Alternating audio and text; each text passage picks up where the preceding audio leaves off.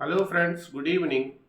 OPS, old pension system, old pension scheme, आप लोगों ने नाम सुना होगा। और जो नए एम्प्लॉय हैं जिनका कि एनपीएस कट रहा है, वो ये चाहते हैं कि उनका ओपीएस हो जाए, ओल्ड पेंशन स्कीम में जो है उनका लागू हो जाए, उनको भी पेंशन मिले। लेकिन क्या है प्रेजेंट सिनेरियो, आपको ये जानना भी जरूरी है। ओपीएस के बारे में गवर्नमेंट क्या सोच रही है, इस पर क्या अभी चल रहा है, प्रेजेंट स्टेटस को जानना आपके लिए बहुत जरूरी है। तो सबसे पहले मैं बता देना चाहूँगा कि राज्यसभा में ये प्रश्न पूछा गया। ये 11 दिसंबर को ही पूछा गया है, 11 दिसंबर 2023 को। उसमें जो है कुछ प्रश्न पूछे गए जो कि अतारांकित प्रश्न थे जैसे कि पहला था कि नंबर ऑफ पेंशनर कंट्री में कितना है स्टेट वाइज। साथ ही साथ गवर्नमेंट वेदर, उन्होंने ये भी पूछा कि क्या गवर्नमेंट का ऐसा कोई इरादा है ओपीएस को लागू करने का, और अगर ऐसा है तो डिटेल में बताएं। तीसरा प्रश्न था कि कौन कौन से राज्यों ने ओपीएस को पुनः लागू किया है। साथ ही साथ ये भी पूछा कि बहुत सारे स्टेटों ने जिसने ओपीएस लागू किया है उन्होंने एनपीएस के तहत जो उनका सब्सक्राइबर का पैसा है उसका डिमांड किया। साथ ही साथ ये भी पूछा है कि राज्यों ने जो डिमांड किया है वो गवर्नमेंट रिटर्न करेगी एनपीएस के तहत जो उनका पैसा कटा है। इन सभी प्रश्नों को राज्यसभा में जो है पूछा गया। पूछने वाले सदस्य थे आपके श्री नवा कुमार सरानिया, श्री दीपक बैज और कुरुपल बालाजी तुमाने। इन्होंने जो है ये राज्यसभा में प्रश्न पूछा है, तारांकित प्रश्न है। ये ministry of finance, department of expenditure ने फिर इसका जवाब दिया है। क्या जवाब दिया है? तो जवाब दिया है कि जो डाटा है पेंशनर का एज पर department of pension and pensioners welfare, जो कि डिफरेंट सेंट्रल गवर्नमेंट के मिनिस्ट्रीज के माध्यम से, रेलवे, टेलीकम्युनिकेशन, इन सभी के माध्यम से जो डाटा इकट्ठा किया गया है, जिसमें बताया गया है कि टोटल पेंशनर जो है वो 67,95,449 है। ये सेंट्रल गवर्नमेंट पेंशनर है, सेंट्रल गवर्नमेंट के अंतर्गत कार्य कर रहे थे और इनको पेंशन मिल रहा है। राज्यों के संदर्भ में उन्होंने जवाब दिया कि राज्यों का डाटा उनके पास नहीं है, क्योंकि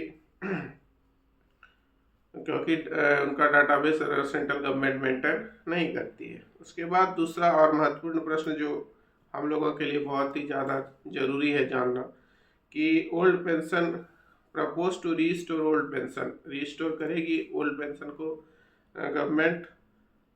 तो इस पर जो जवाब दिया गया है वो सीधा है नो।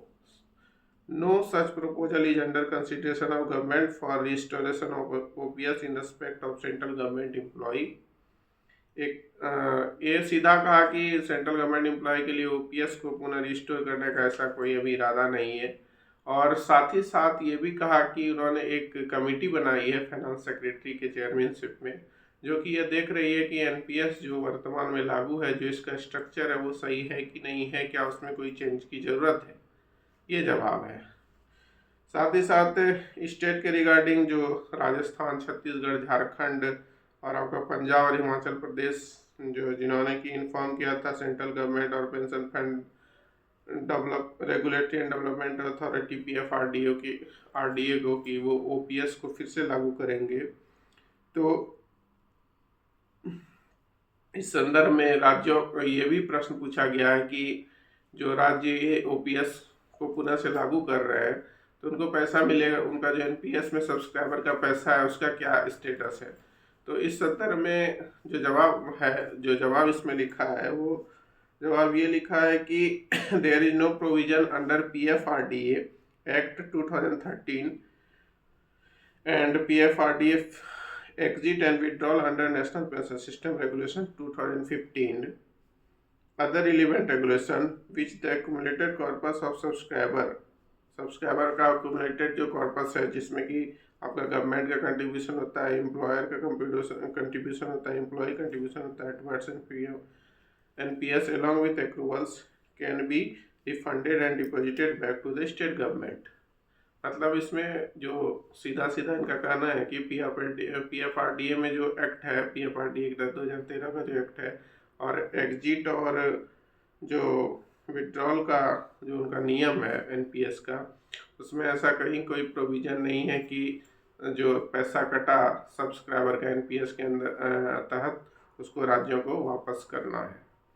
तो सीधा सीधा आप समझ सकते हैं कि ओल्ड पेंशन के रिगार्डिंग अभी गवर्नमेंट का कोई इरादा ओपीएस का नहीं है, जो कि इन्होंने जवाब दिया है उससे यही जो है अभी कहा जा सकता है। बाकी आगे देखिए क्या होता है। धन्यवाद।